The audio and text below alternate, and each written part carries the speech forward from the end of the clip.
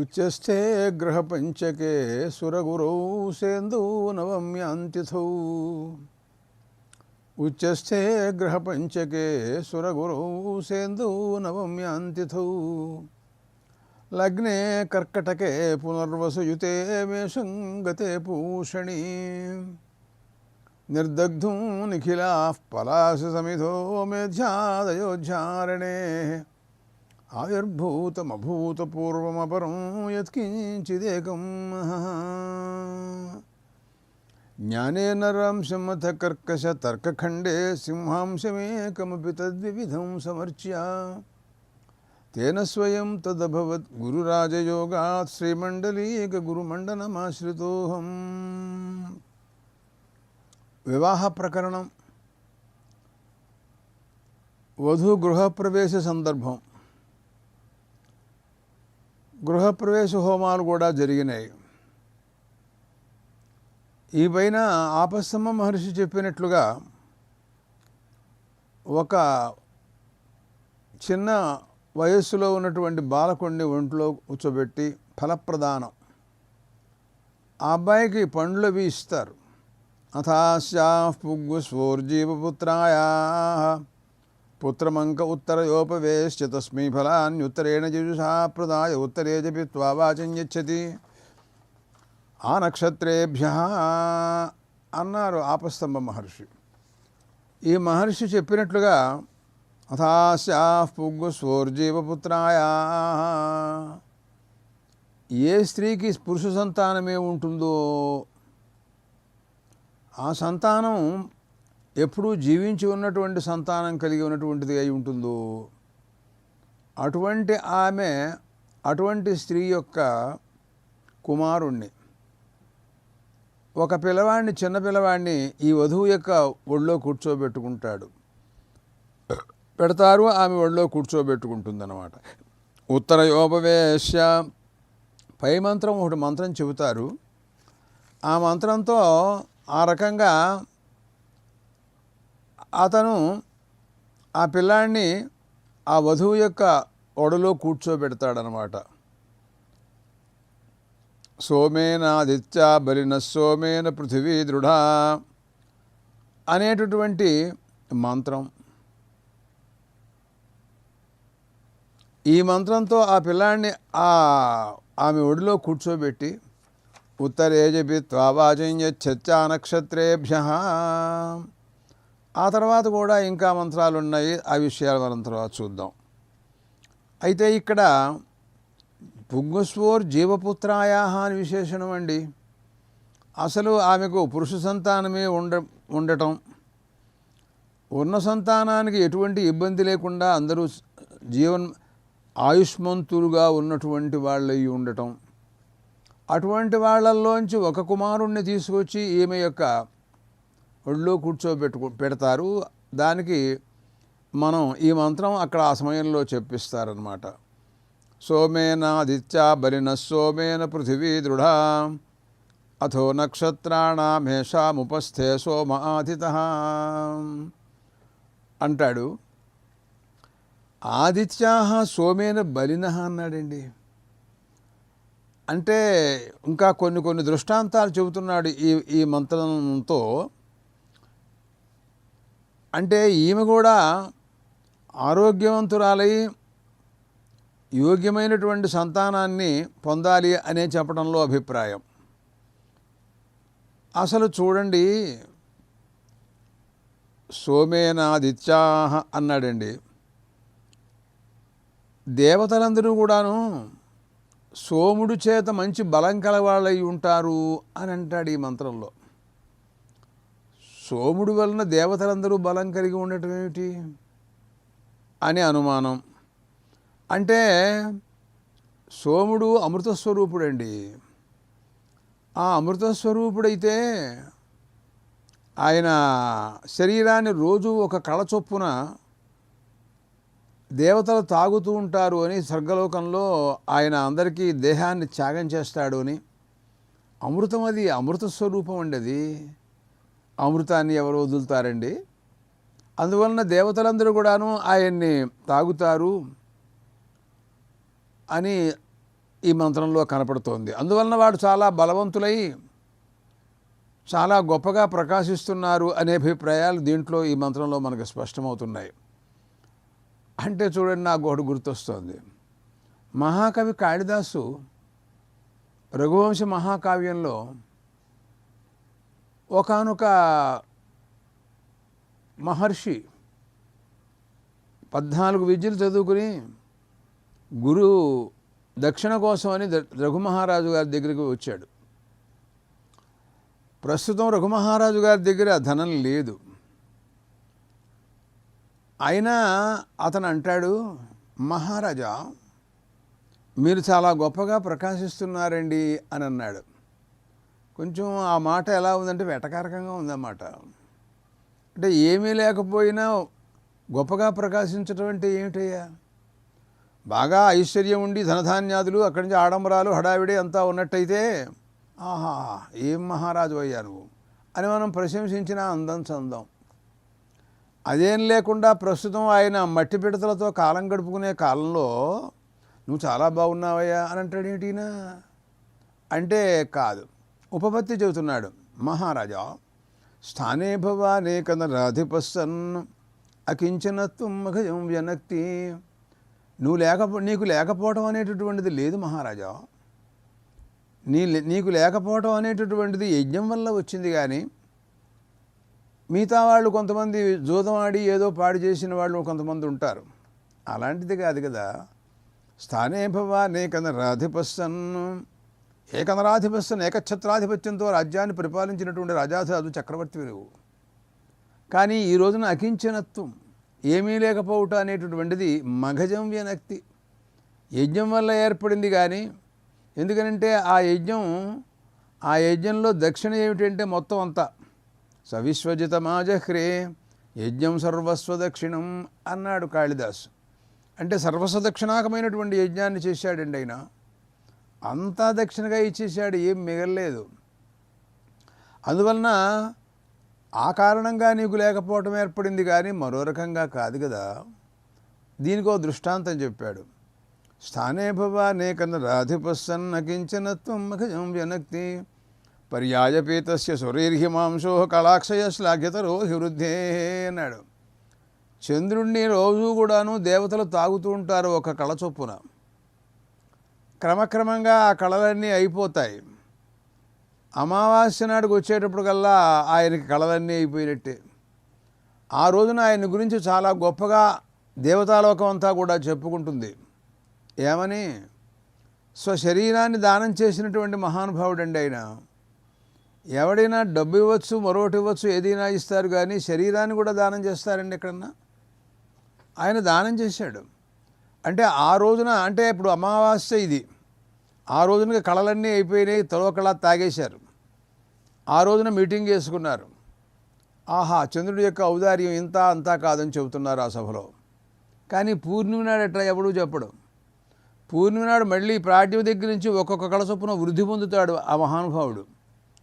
వృద్ధి పొంది పూర్ణిమ నాడు షోడశకళా పరిపూర్ణుడుగా ఉంటాడు. అప్పుడు మనమందరం కలిసి గొప్పగా ఇక్కడ చెప్పుకోవాలి మానవలోకంలో, అబ్బా ఏం చంద్రుడండి, ఎంత బాగున్నాడు అనండి, షోడశకళలతో కళకళలాడిపోతున్నాడండి అని మనం ఇక్కడ చెప్పుకుంటాం. ఇది వేరు. దీనికంటే దానం చేసిన తర్వాత ఏమీ లేకపోయినప్పటికీ దేవతాలోకంలో దేవతలు చెప్పుకోవడం ఉంది, అది గొప్ప కదా. అక్కడ ఉండటం లేకపోవటం అది విషయం కాదు. అక్కడ ఆయన యొక్క దాతృత్వం అలాంటిది అనమాట. అలాగే ఇక్కడ కూడా ఈయన అంటాడు, సోమేన ఆదిత్య బలిన సోమేన పృథివీ దృఢ. లోకంలో దేవతలందరూ కూడా బలవంతులుగా ప్రస్తుతం గొప్పగా పనిచేస్తున్నారు అంటే దానికి అంతకీ కారణం చంద్రుడే. ఆయన అమృతమయుడు, అమృతం ఇచ్చాడు వాళ్ళందరికీ. అలా శరీర దానం చేసిన వాడు ఎవడుంటాడండి? అదే కాక సోమేన పృథివీ దృఢ, ఆ చంద్రుడి వలన భూలోకం కూడా దృఢంగా ఉంటుందండి అని అన్నాడు. అదేమిటయా చంద్రుడి వలన భూలోకం దృఢంగా ఉండటం ఏమిటి అని నాకు ఒక అనుమానం. అంటే ఏం లేదు, భూమి మీద ఓషధులు ఉన్నాయండి. ఆ ఓషధులకి రాత్రిపూట ఆ చంద్రుడి యొక్క వెన్నెల అది అమృతం, అది అమృత కిరణాలండి. అవన్నీ దాని మీద పడతాయి, ఆ ఓషధుల మీద. అందుకోసమనే అవి ఎంతో తీయగా ఉంటాయండి. చూడండి, ఒక్కొక్క పండు అన్నం తిన్నన్నమే మళ్ళీ సాయంకాలం అయ్యేటప్పటికల్లా ఎప్పుడు పెడతారు ఎప్పుడు పెడతారు అని ఎదురు చూస్తున్నాడు, తహతహలాడుతూ ఉంటాడు మానవుడు. ఏమయ్యా మధ్యాహ్నం పీకిదాకా తిన్నావు చాలలేదా, మళ్ళీ అంత కంగారు పడతావేమిటంటే అంతే, దాని పద్ధతి అంతే. ఎందుకంటే ఆ ఆహారంలో అటువంటి తీపిని పెట్టినటువంటి మహానుభావుడు చంద్రుడు అనమాట. అందువల్లనే ఒక్కొక్క ఔషధి అండి, ధాన్యం, పెసలు, మినుగులు మొదలైనటువంటి అన్ని ఔషధులు కూడాను వాట్ల వలన ఈ భూమండలం దృఢంగా ఉంటుంది అని అంటోంది ఈ మంత్రం మాట్లాడుతూ. అంటే దీనివల్ల దృఢంగా ఉండటం ఏమిటి అంటే దానివలన ఆ భూమికి చాలా గౌరవం వచ్చిందండి. అసలు ఆ భూమి అండి ఆ ప్రాంతంలో ఏం పంటలు పండుతాయండి, ఆ భూమి ఎంత పంట ఇస్తోందండి చెప్పలేమండి అని దాని యొక్క ఔన్నత్యం, గొప్పతనం చాలా గొప్పగా అందరూ కూడా కొనియాడతారు. అటువంటి స్థితి ఆదిత్యుడి వల్లనే, సోముడు వల్లనే కదా. అథో నక్షత్రాణమేషాముపస్థే సోమాతితః. అదే కాదు, ఆ తర్వాత నక్షత్రాలని ఆయనకి షట్కృత్తికా ముఖ్యయోగం వహంతి అని ముందు వస్తుంది. కృత్తికలందరూ ఉన్నారండి భార్యలు, వాళ్ళందరికంటే వాళ్ళందరిలో ఈయన మధ్యలో గొప్పగా రాణిస్తూ ప్రకాశిస్తూ ఉంటాడు. అనేక నక్షత్రాలు ఉంటాయి, ఆ నక్షత్రాల మధ్యలో ఆయన నక్షత్రాణం అధిపతి ఆయన చాలా గొప్పగా ప్రకాశిస్తూ ఉంటాడు కదా. అలాంటి ఈ బాలుడు కూడా చంద్రుడు లాంటి వాడమ్మాయి.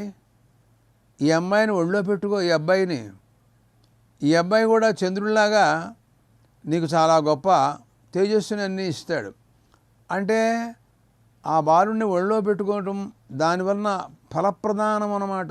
ఆ పిల్లాడికి పండ్లన్నీ ఇస్తారు చాలా గొప్పగా. అది భగవద్ అనుగ్రహం అండి. అది ఆ చంద్రుడు ఇచ్చినటువంటి పండ్లే ఇవన్నీ. మీరు ఏమనుకుంటున్నారు, మీరు కొనుక్కుంటున్నారు బజార్లో డబ్బిచ్చి. ఏమనుకుంటున్నారు మీరు పండ్లు? మేము కొనుక్కుంటున్నామండి, మా డబ్బులు ఇచ్చి మేము కొనుక్కున్నాం. అలాగా? అసలు ఆ పండ్లు ఎక్కడి నుంచి వచ్చినాయో నువ్వేమైనా ఆలోచించావా? ఏమో మన తోటల్లోంచి వచ్చి ఉంటాయి. అసలు తోటలోకి అవి ఎలా పండినాయో తెలుసా నీకు? ఏమోనండి, నాకు అదంతా తెలియదండి.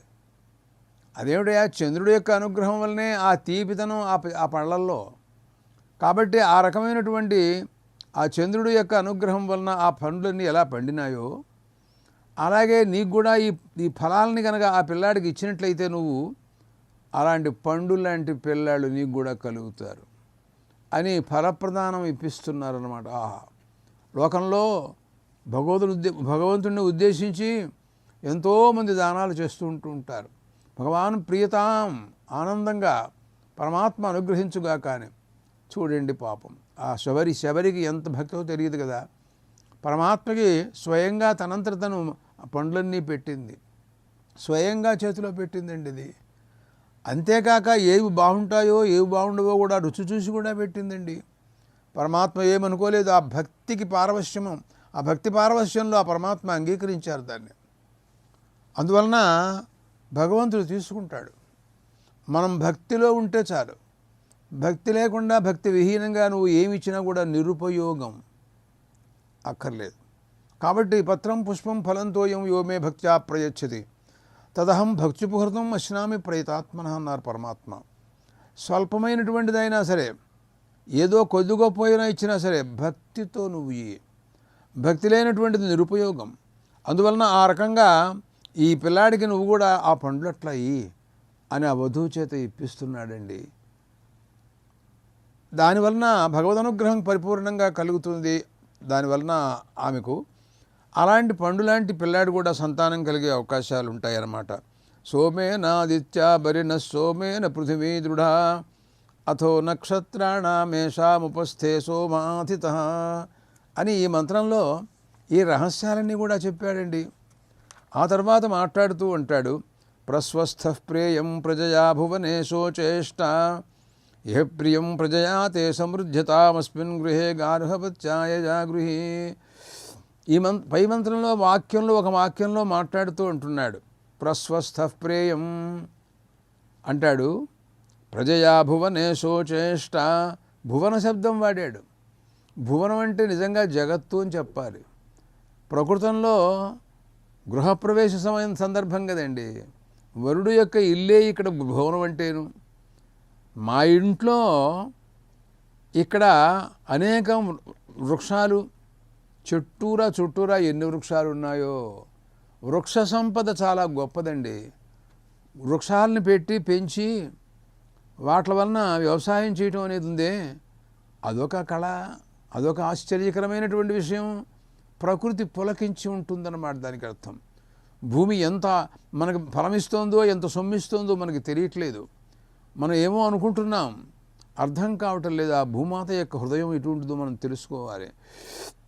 కాబట్టి అనేక వృక్షాలు పండ్లు ఇస్తూ ఉంటాయండి. అదే అంటాడు ఒక చోట మహాకవులు మాట్లాడుతూ చెబుతూ ఉంటారు. వాళ్ళు ఇటువంటి రహస్యాలు అనేక విషయాలు మాట్లాడతారు. వాటికి స్వార్థమేం లేదు. ఆ చెట్లకి అవి పెరిగి ఆ పండ్లన్నీ మనకే ఇస్తూ ఉంటాయండి. అవేమీ తినవు కదా. 1000 కాయలు కాసిందో ఓ చెట్టు, 1000 పళ్ళు, ఒక్క పండన్నా ఆ చెట్టు తిన్న పాపాను పోలేదే పాపం. అందరూ కోసుకు వెళ్ళి వాళ్ళే తింటున్నారు. ఎంతమందికి దానం చేసిందో. అట్లాగే ఒకప్పుడు కింద పడిపోతూ ఉంటుంటాయి. పడిపోతే ఆ బీజాలు మళ్ళీ భూమిలోకి వెళ్ళిపోయి అవి మళ్ళీ చెట్లుగా మారిపోతూ ఉంటుంటాయి. ఆ రకమైనటువంటి పరిస్థితి అన్నమాట. అంటే ఒక పండు, చెట్టు మించి పడినటువంటి పండు, అది మళ్ళీ భూమిలోకి వెళ్ళి తన గింజల ద్వారా బీజాలతో మళ్ళీ తిరిగి అనేక వృక్షాలని అందుతుంది. మనం ఇప్పుడు పండు ఇస్తున్నాము అంటే దానికి అర్థం దానం చేస్తున్నాము అంటే ఆ పండులో ఉన్నటువంటి బీజాలు ఉంటాయి. అవి ఏ రకంగా మళ్ళీ తిరిగి భూమిలో పడినట్టయితే అభివృద్ధిని చెందుతాయో, అట్లా మనం కూడాను ఎంతో గొప్పగా భగవద్ అనుగ్రహం చేత భగవాన్ సుప్రీతో సుప్రసన్నో వరదో భవతు అనే భావన ఉండాలి నీకు. ఆ రకమైనటువంటి భావనతో కనుక నువ్వు పరమాత్మకి ఏ బ్రాహ్మణ చేతిలో నువ్వు పెట్టినట్లయితే అది పరమాత్మ తీసుకుంటారు. ఆయన అనుగ్రహిస్తాడనమాట దానికి అర్థం. అందువలన ఏమంటున్నాడంటే ప్రస్వస్థ అన్నాడండి. అంటే ప్రసవశీలాని స్థ. ఆ వృక్షాలన్నీ ఎక్కువ ప్రసవిస్తూ ఉంటాయన్నమాట. అంటే ఎక్కువ చెట్లని, ఎక్కువ మొక్కల ద్వారా మళ్ళీ చెట్లని తయారు చేస్తూ ఉంటాయి. ఇది విషయాన్ని మనం గ్రహించాలన్నమాట దానికి అర్థం. ప్రకృతి పరమాత్మ దీంట్లో ప్రవేశించి అంతర్యామిగా లోపల ఉన్నారు. అంతర్యామి బ్రాహ్మణం చెబుతుంది ఈ రహస్యాలన్నీ కూడాను. బృహదారణ్యకంలో, చాందోగ్యంలో ఇవన్నీ కూడాను అటువంటి మహాఫలాలని ఉన్నాయే, వాట్ల మనం ఇస్తున్నాం. ప్రస్వస్థ ప్రేయం ప్రజయా భువనేశోచేష్ట. అనేక ఫలాలు ఈ రకంగా ఇస్తూ ఉంటుంది. ప్రసోచేష్ట అన్నాడండి. ఇది ఎక్కడ ధాతువు అనండి బాబు? అంటే అపత్యాన్ని ప్రాప్స్యతి, అంటే చాలా సంతానాన్ని పొందే అవకాశాలు ఉంటాయి కదా అని ఈ రకంగా భావాలతో ఆ ఒళ్ళో కూర్చోబెట్టినటువంటి బాలుడికి ఈ ఫలాల్ని ఇప్పిస్తారండి. ఈ కన్యక చేత దానం చేయాలండి. దానం చేయకపోతే నాదత్తం ఉపతిష్టతే అన్నాడు. దానం ఏ లోకంలో, ఉత్తమ లోకాల్లో ఉండటం కోసం అనే దానం అన్నమాట. ఇక్కడ మనం తింటే ఏముంది? కాబట్టి సోమేనాదిత్యా బలిన సోమేన పృథివీ దృఢ అథో నక్షత్రాణమేషాముపస్థే సోమ ఆధిత అనే మంత్రం చేత కూర్చోబెట్టుకుని ఆ పిల్లాడిని ఒళ్ళో తర్వాత వాక్యంతో ఇలాగా దానం కూడా చేస్తుంది ఆ వధువు. ప్రస్వస్థ ప్రేయం ప్రజయా భువనేశోచేష్ట అని అన్నారండి. ఈ పైన మంత్రజపం. ఇహ ప్రియం ప్రజయా తే సమృద్ధ్యతామస్మిన్ గృహే గార్హపత్యాయ జాగృహి ఏనాపత్యా తన్వగం సగం సృజస్వ అథాజీవ్రీ విదథమావదాసి. వధు మాట్లాడుతున్నాడు. వధువుతో వరుడు మాట్లాడుతూ చెబుతున్నాడు. ఏమంటున్నాడంటే ఈమెను చూడటం కోసమని చాలామంది వస్తారు. ఇంకా ఇహ ప్రియం ప్రజయా తే సమృద్ధ్యతాం. ఇక్కడ ప్రార్థన, ఈ మంత్రంలో సంతానాభివృద్ధిని గురించినటువంటి ప్రసంగం, తర్వాత ధర్మానుష్ఠానం పట్ల ఏమరపాటు లేకుండా జాగరూకతతో వ్యవహరించుట, తర్వాత కామానుభవము, వార్ధక్యంలో నువ్వు కూడా నీ తర్వాత వాళ్ళకి ధర్మాలను గురించిన ప్రబోధ చేయటం, ఇవన్నీ దీంట్లో ఉన్నాయండి. ఒక్క మంత్రంలో ఇన్ని రహస్యాలు పెట్టారు. అంటారు ఇహ ప్రియం ప్రజయా తే సమృద్ధ్యతాం.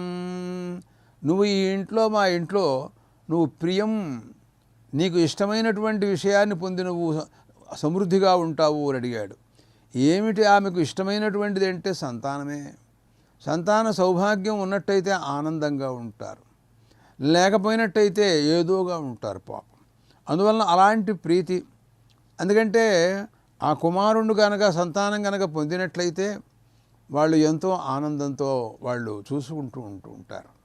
అలాంటి పరిస్థితి నీకు కలగాలి.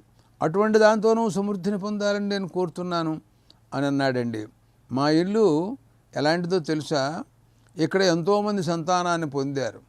అంటే వాస్తుశాస్త్ర రీత్యా ఈ ఇంటికి ఎటువంటి దోషాలు లేవు కాబట్టి మంచిది, నీకు సంతానం కలుగుతుంది అనే విషయం కూడా అనుకోకుండా వరుడు చెప్పినట్టు అయిందనమాట. ఆ మాట కూడాను. ఇహ ప్రియం ప్రజయా తే సమృద్ధ్యతాం అస్మిన్ గృహే గార్హపత్యాయ జాగృహి. అదే కాదు, నువ్వు ఈ గృహపతితో నీ ఇంట్లో ప్రారంభమైనటువంటి ఈ అగ్నిదేవుడు, ఆయన ద్వారా అక్కడ హోమాలు చేసుకుని మనం అక్కడి నుంచి బయలుదేరాం, ఇక్కడికి తెచ్చుకున్నాం ఆ అగ్నిని కూడాను. ఆయన్ని నిరంతరం సేవ చేయవలసినటువంటి అవసరం మనకుంది. అంటే గార్హపత్యాయ జాగృహి అన్నాడండి. అంటే జాగృహి అనటం చేత మెలకుగా ఉండవలసింది అని అర్థం వస్తోంది. మెలకుగా ఉండటం అంటే నిరంతరం ఎప్పుడూ కూడా ఆయన్ను సేవిస్తూ ఉండాలి అనే అభిప్రాయం అన్నమాట దానికి అర్థం. అనేక మంది గృహస్థాశ్రమం కదండి ఇది. ఆ అగ్నిదేవుని మనం ఆరాధించాలి. అంతేకాదు అతిథి పూజ. ఎవరైనా అతిథి వచ్చాడనుకోండి, వారి సేవ, వృద్ధ సేవ, ఇలాంటివన్నీ ధర్మానుష్ఠానాలన్నీ కూడాను ఎక్కువగా గృహస్థాశ్రమంలో ఉండే అవకాశాలు ఉన్నాయి. ఇవన్నీ మహాభాగ్యంగా మనం భావించాలి. ఏనాపత్యా తన్వగం సగం సృజస్వ. ఆ తర్వాత మన ఉభయులకి కూడాను కలిగేటటువంటి ఆనందాతిశయం. అథా జీవ్రీ విదధమాపదాసి. తర్వాత జీవ్రీ సతీత్వం, నువ్వు వృద్ధురాలవైపోయి విదధమాపదాసి. ఇదివరకు నుంచి బాల్యం నుంచి మన ఇంట్లో జరిగినటువంటివి, ఇంకా పక్కపక్కన మిగతా వాళ్ళందరూ ఏవైతే అనుకుంటూ ఉంటారో, విన్నటువంటి విషయాలు ఏవైతే ఉంటాయో పురాణాల వల్ల కానీ వేదాల వల్ల కానీ ఇంకా ఎవరెవరు ఎన్ని చెప్పుకుని ఉంటారో ఆ ధర్మాలన్నీ ఆ తర్వాత వాళ్ళకి నువ్వు బోధిస్తూ ఉండాలి. అవిని కూడా నీకు తెలుస్తాయి. ఎవరు చెబుతారు లేకపోతే నువ్వు చెప్పకపోతేను అని. ఇహ ప్రియం ప్రజయా తే సమృద్ధ్యతాం అస్మిన్ గృహే గార్హపత్యాయ జాగృహి ఏనాపత్యా తన్వగం సగం సృజస్వ అథా జీవ్రీ విదధమాపదాసి అని అన్నాడండి. ఈ పైన కొంతమంది ఈ నూతన వధువు వస్తే చూడటానికని వస్తున్నారు. వాళ్ళందరూ కొత్తగా పెళ్ళయింది, వాళ్ళ ఇంట్లో కోడలు ఎలా ఉంటుందో చూద్దాం, వాళ్ళందరినీ పిలిచి ఉంటారు. వాళ్ళ ఇంట్లో ఏదో ఫంక్షన్ పెట్టుకుని ఉంటారు. ఆ ఉత్సవానికి అందరూ కూడా వచ్చారు. వాళ్ళతో మాట్లాడుతూ చెబుతున్నాడు. సుమంగరీరియం వధూరిమాగం సమేత పశ్యత సౌభాగ్యమస్యైదత్వాయ అథాస్తం విపరేతన అని అన్నాడండి. వాళ్ళందరినీ పిలుస్తున్నాడు. ఈమె సుమంగలి అండి, అంటే శోభనమైన మంగళం. అంటే మెడలో మంగళసూత్రం కట్టాడు, అది శోభనమైనటువంటిది. అటువంటి మంగళసూత్రాన్ని ధరించినటువంటిది నా వధువు. ఇయం వధూరిమాగం సమేత పశ్యత. రండి చూడండి, ఈమెకు సౌభాగ్యమస్యై, ఆమెకు ఏదైనా సౌభాగ్యాన్ని కూడా కలగజేయండి. ఏదో వచ్చినప్పుడు వాళ్ళు ఏదో అలంకారాలు కానీ పండ్లు కానీ ఏదో ఇచ్చేడతారు వాళ్ళు పాపం. ఎవరి యొక్క అభిప్రాయ ప్రకారంగా వాళ్ళ మనస్సు ఏ రకంగా చెబితే అట్లా చేస్తూ ఉంటారు. అథా విపరీతన అంటే అస్తం విపరీతన అన్నాడండి. అస్తం అంటే వాళ్ళ ఇంటికి యథాప్రకారంగా మళ్ళీ తిరిగి యథాప్రకారంగా మళ్ళీ మీరు వెళ్ళవచ్చు అనే అభిప్రాయాలను దాంట్లో తెలియజేస్తున్నాడు అన్నమాట. తర్వాత ఈ రకంగా ఒక పిల్లవాడిని ఒళ్ళో కూర్చోబెట్టుకోవటం, అతనికి ఫలప్రదానం, ఆ తర్వాత సుమంగళి స్త్రీలు రావటం, వాళ్ళందరూ ఈమెను చూడటం, వాళ్ళందరూ కూడా అనుగ్రహించటం, ఇలాంటివన్నీ చెప్పుకున్నాం. ఇంతవరకు కూడాను నక్షత్రోదయం వరకు ఇదంతా. ఉదితేషు నక్షత్రేషు ప్రాచీముదీచీం వా దిశముపనిష్క్రమ్య ఉత్తరాభ్యాం యథాలింగం ధ్రువమరుంధతీంచ దర్శయతి అన్నాడండి మహర్షి. అపస్తంభ మహర్షి చెప్పిన ప్రకారంగా మనం వినాలి. ఆయన ఎలా చెబితే ఆయన మనం చేయవలసిందే.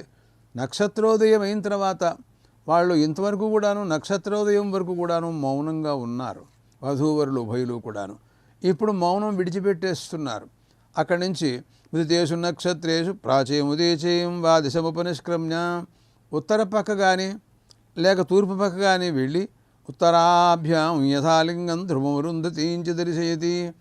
ఆ మంత్రాలలో ఏ దేవతని ప్రార్థించడం ఉంటుందో ఆ దేవతా ప్రార్థనను అనుసరించి ధ్రువ నక్షత్రం అండి, ఉత్తర పక్కగా ధ్రువ నక్షత్రం ఉంటుంది, ఆ నక్షత్రాన్ని చూపించుతారు. ఆ తర్వాత అరుంధతీ దర్శనం కూడా చేయిస్తారండి. అరుంధతీ నక్షత్రం అని ఉంటుంది, అది కూడాను మహాపతివ్రత ఆవిడ. ఆ పై మంత్రంలో ఆ భావాలన్నీ కూడా వస్తాయి. చూడండి, ఈ మంత్రంలో అంటున్నాడు, ధ్రువక్షితిర్ధ్రువజో నిర్ధ్రువమసి ధ్రువత స్థితం తన్నక్షత్రాణం మేత్స్యశ సమాపాహి పృతన్యత అని అంటున్నాడు. ఓ ధ్రువ నక్షత్రమా, ధ్రువ నక్షత్రంతో మాట్లాడుతున్నాడండి. నువ్వు ధ్రువ క్షితిరసి అంటే నీ నివాసం శాశ్వతమైనటువంటి నివాసం. ఎందుకనంటే కదిలే పని లేదు, శాశ్వతంగా చలనం లేనటువంటి స్థితి అన్నమాట. నీ చుట్టూరా గ్రహాలు నక్షత్రాలు మిగతా వాళ్ళు జ్యోతిష్చక్రం అంతా గిరగిరా తిరగాలి, నువ్వు మధ్యలో ఉంటావు. మేథ్యసి అని ఒక మాట మాట్లాడాడు. మేథి అంటే ఏమిటో తెలుసా అండి?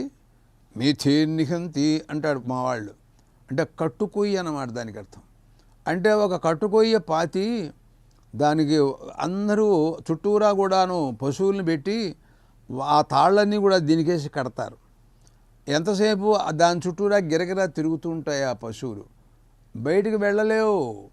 ఆ కట్టుకొయ్యకి తాడేసి కట్టేశారు వాళ్ళు. అలాంటిది మేథి అంటారు దాని పేరు. అలాగే నువ్వు గ్రహాలకి నక్షత్రాలకి అన్నింటికీ నువ్వు మేథి అలాంటి వాడివి కదా. ఈ ధ్రువక్షితి, ఆ ధ్రువుడు అనేటటువంటి మహానుభావుడు తపస్సు చేశాడు, భాగవతంలో చెబుతారు. ఆయన ఇంట్లో చిన్న పేచి, వాళ్ళ నాన్న వాళ్ళ అమ్మ ఆవిడ తల్లి సవితి తల్లి అంతగా గౌరవించలేదని కోపం వచ్చింది ఆ పిల్లాడికి. వాళ్ళ నాన్నగారిని అభిమానించటం సహించలేక ఆమె ఏదో మాట్లాడింది. అంత మాత్రం చేతనే బయటకు వచ్చేసాడండి.